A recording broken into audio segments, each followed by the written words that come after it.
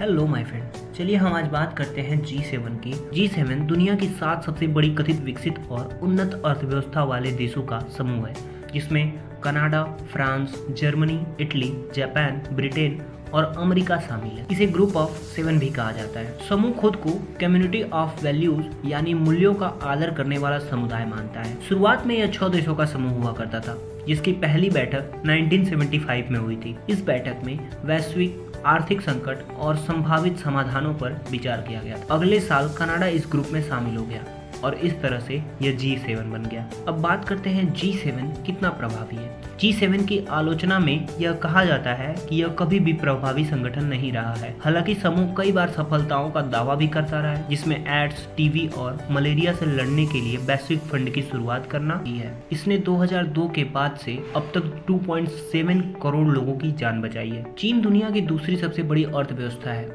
फिर भी वे इस समुदाय का हिस्सा नहीं है। इसकी वजह यह है यहाँ दुनिया की सबसे बड़ी आबादी रहती है और प्रति व्यक्ति आय संपत्ति G7 के समूह देशों के मुकाबले बहुत कम है। ऐसे में चीन को उन्नत या विकसित अर्थव्यवस्था नहीं माना जाता है, जिसकी वजह से यह समूह में शामिल नहीं है। हालांकि चीन G20 देशों के समूह का हिस्सा है। इस समूह में शामिल होने के लिए वो अपने संघाई जैसे आधुनिक शहरों की संख्या बढ़ाने पर काम कर। साल 1998 में इस समूह में रूस भी शामिल हो गया था और यह G7 G8 बन गया था। लेकिन साल 2014 में यूक्रेन से क्रीमिया हड़प लेने के बाद रूस को इस समूह से निलंबित कर दिया गया। अमेरिकी राष्ट्रपति डोनाल्ड ट्रंप का मानना है कि रूस को समूह में फिर से शामिल किया जाना चाहिए, क्योंकि वार्ता के मेज पर हमारे साथ रूस होना अनिवार्य है। G7 समूह देशों के बीच कई असहमतियां भी हैं। पिछले साल कनाडा में हुए शिखर सम्मेलन में अमेरिकी राष्ट्रपति डोनाल्ड ट्रंप का अन्य सदस्य देशों से मतभेद हो गया था।